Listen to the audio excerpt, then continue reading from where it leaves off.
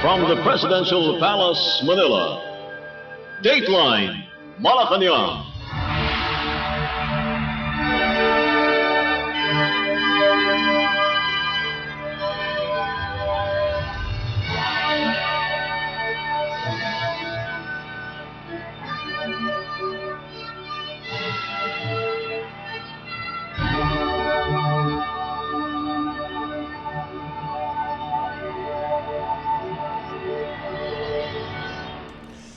Good day. This is Dateline Malacañang. Philippine President Ferdinand R. Marcos Jr. will again face the Filipino people to report on the status of his administration's projects and initiatives as he conducts his State of the Nation Address or SONA on Monday afternoon. This is the President's fourth SONA, wherein the Chief Executive will enumerate the accomplishments of his administration during the past year and what he intends to do next.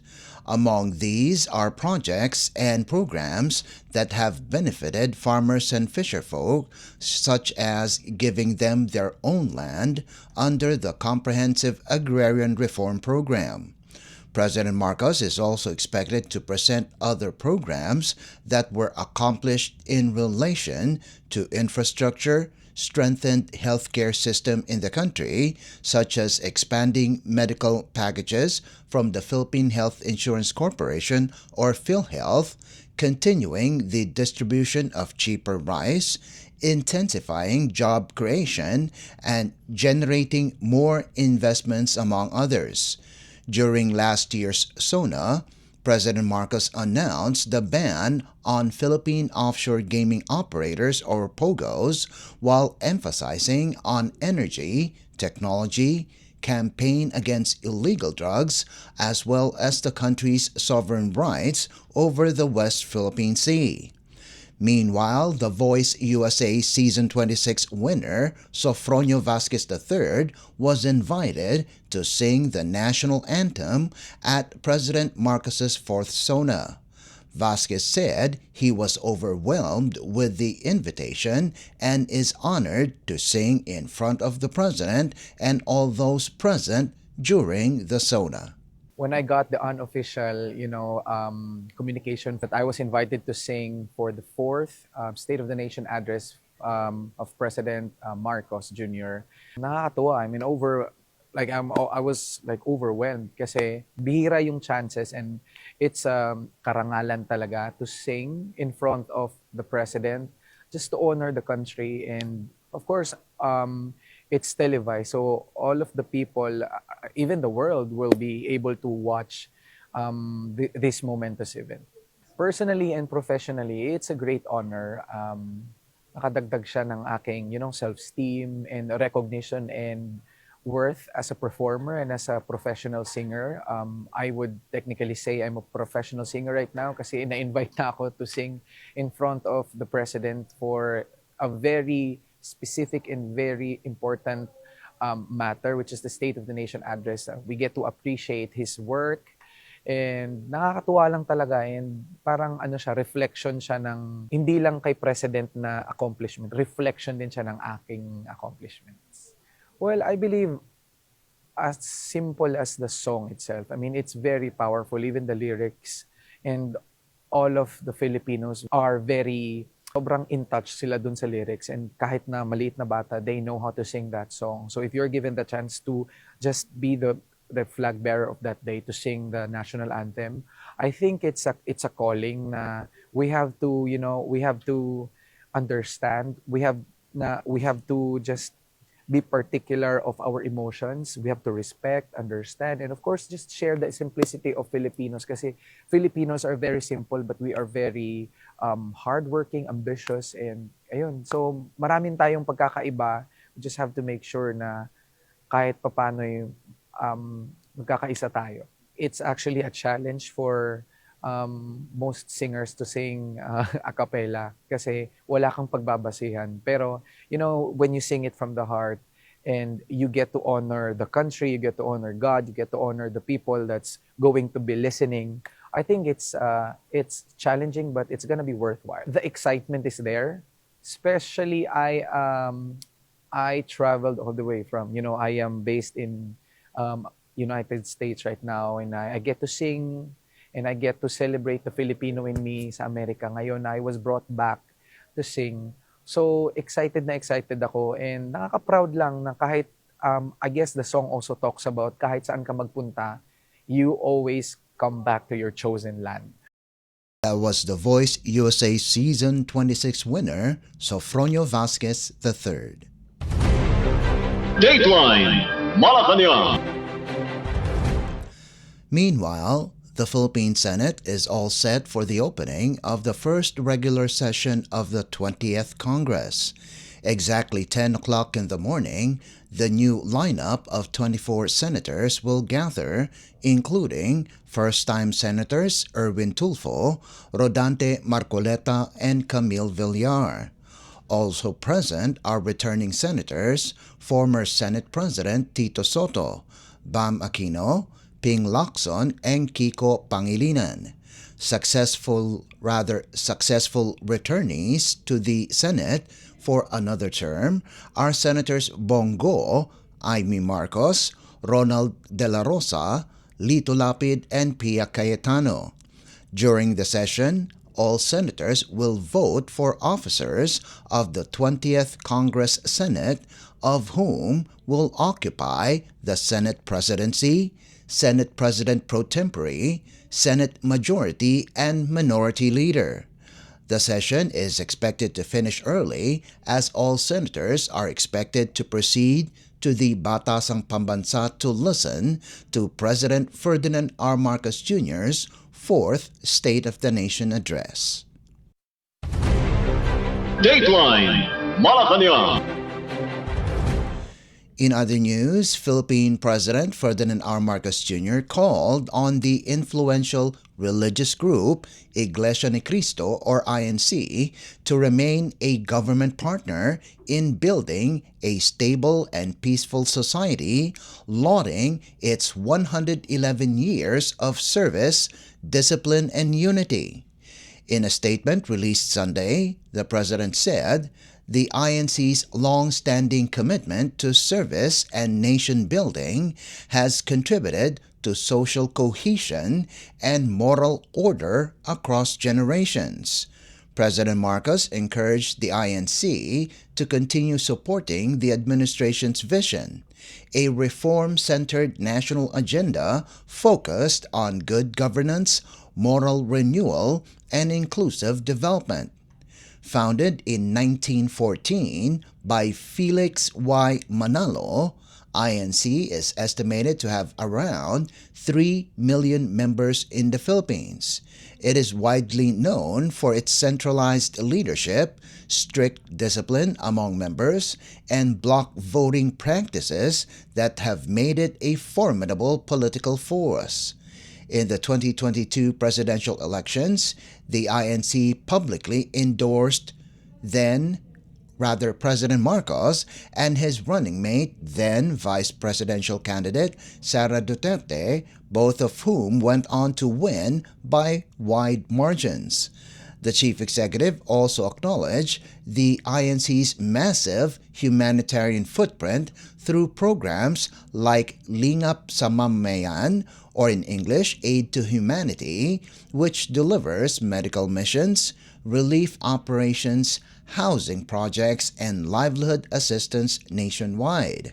President Marcos Jr. said, shared values of faith, compassion, and patriotism are crucial in overcoming national challenges and realizing collective aspirations. Dateline Malacañang. The Philippines has expressed concern over the ongoing dispute between fellow members of the Association of Southeast Asian Nations, or ASEAN, Thailand, and Cambodia, calling for a peaceful resolution in accordance with international law. In a statement, President Ferdinand R. Marcos Jr. said, the Philippines supports efforts to de-escalate tensions and is open to providing assistance to help restore peace between the two countries. The president said, he urges the two fellow ASEAN member states to resolve dispute in accordance with international law and the peaceful settlement of disputes. The fighting between Thailand and Cambodia broke out early Thursday near the disputed Tamoan Thom Temple, prompting regional and international calls for restraint. The conflict eventually spread to at least 6 areas along the Thai-Cambodian border. Latest local reports said the death toll from both sides has already reached 32, with more than 130 injured.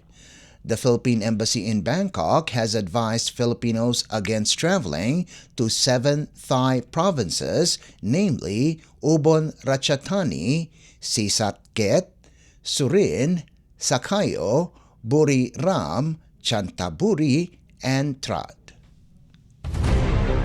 Dateline Malacañang.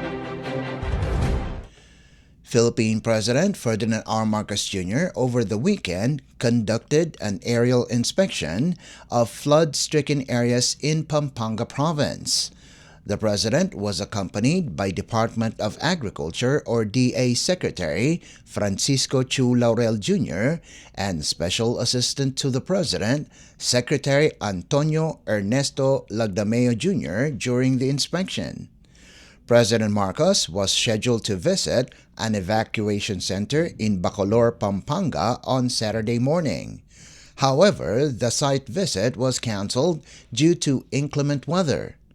The chief executive was instead represented by Department of Social Welfare and Development or DSWD Secretary Rex Gatchalian, who checked on the condition of disaster-hit individuals temporarily staying at the Bacolor Integrated School in Pampanga. Gatchalian led the distribution of family food packs and other essential items from the DSWD to the displaced families and conveyed the president's commitment to provide immediate support for the swift recovery of those affected by the massive flooding caused by torrential rains. Pampanga's provincial government has placed the entire province under a state of calamity following severe flooding that affected more than 500,000 residents and caused extensive damage to crops and livestock.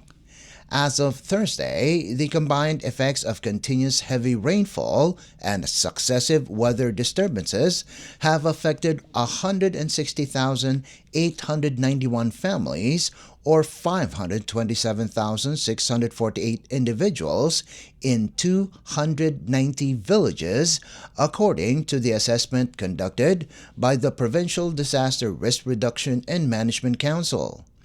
Damage to crops and livestock has exceeded 470 million pesos, while infrastructure damage reached 170 million pesos. To ensure uninterrupted healthcare services, the Department of Health or DOH has established an emergency medical facility in Macabebe, Pampanga, following the closure of the Domingo Flores District Hospital due to worsening floods. Dateline Malacañang. Philippine President Ferdinand R. Marcos Jr. went to Navotas City over the weekend to inspect the damaged Tangos Tanza or Malabon Navotas Navigational Gate and the Tanza National High School, which serves as a temporary shelter for displaced residents. The president assessed the Tangos Tanza Navigational Gate, a 30-year-old infrastructure that is a critical barrier against high tide and flooding. President Marcos was accompanied by Navotas City Representative Toby Tiangco and Navotas City Mayor John Ray Tiangco during the inspection. The aging floodgate, currently under repair, plays a crucial role in controlling the water level of the Navotas River. The damage to the navigational gate has been causing severe flooding in Malabon and Navotas. the Navotas City government has declared a state of calamity following the collapse of a river wall in Barangay San Jose that triggered heavy flooding. The Malabon city government has also declared a state of calamity due to massive flooding caused by the enhanced southwest monsoon or habagat, worsened by high tide and damage to the critical river gate. President Marcos also checked on the condition of displaced families currently staying at the Tanza National High School. The chief executive also had an interaction with the children in the evacuation center. Joined by Public Works Secretary Manuel Banoan, the president was briefed on the current situation of the affected residents. As of July 23rd, the evacuees taking shelter at the school were estimated at 162 families or 538 individuals. Relief assistance from the Department of Social Welfare and Development, or DSWD, was also distributed during President Marcos's visit to the displaced residents of Navotas City. Dateline Malacañang. Overseas Filipino worker, or OFW Jennifer Vilnas, a household service worker in Turkey who experienced physical exhaustion and emotional distress due to prolonged work, was finally repatriated back in the Philippines and received necessary assistance from the government.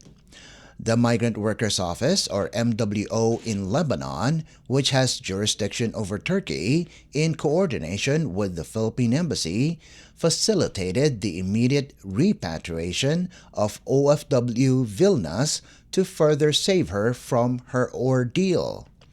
Due to prolonged work, the OFW experienced physical exhaustion accompanied by weakness and numbness of the body and psychological and emotional distress from her employer's wife.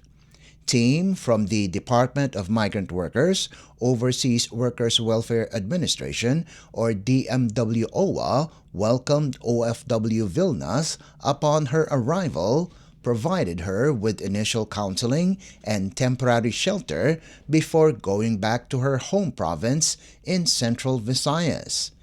OFW Vilnas will also receive financial and reintegration assistance through the DMW Action Fund and additional support from OWA. The DMW OWA Region 7 will also assist OFW Vilnas for a comprehensive medical and psychological assessment, reintegration support services. The DMW OWA will also evaluate her case for potential legal action against her employer or recruitment agency. Dateline Malacañang. And finally, Philippine President Ferdinand R. Marcos Jr. recognized outgoing Australian ambassador to the Philippines, HKU's crucial role in enhancing the Philippines' relations with Australia. In a farewell call at Malacañang Palace in Manila, the President conferred the Order of Sikatuna with the rank of Datu or Grand Cross, Gold Distinction on you for her many significant contributions to strengthening the bilateral ties between the Philippines and the Commonwealth of Australia. The Order of Sikatuna is the national order of diplomatic merit, conferred upon individuals who have rendered exceptional and meritorious service to the Republic of the Philippines.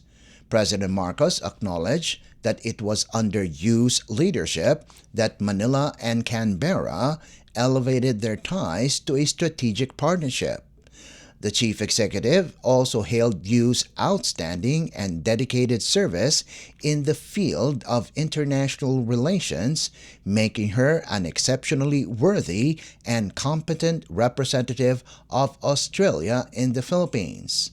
The Philippine president thanked the outgoing ambassador for her steadfast efforts in promoting high-level dialogues and exchanges between the two nations, saying her support paved the way for the conclusion of numerous government-to-government cooperation agreements. President Marcos said, "You played a key role in enhancing cooperation to support the Philippines' priorities in the Philippines of education, agriculture, environment, defense, and maritime domain awareness."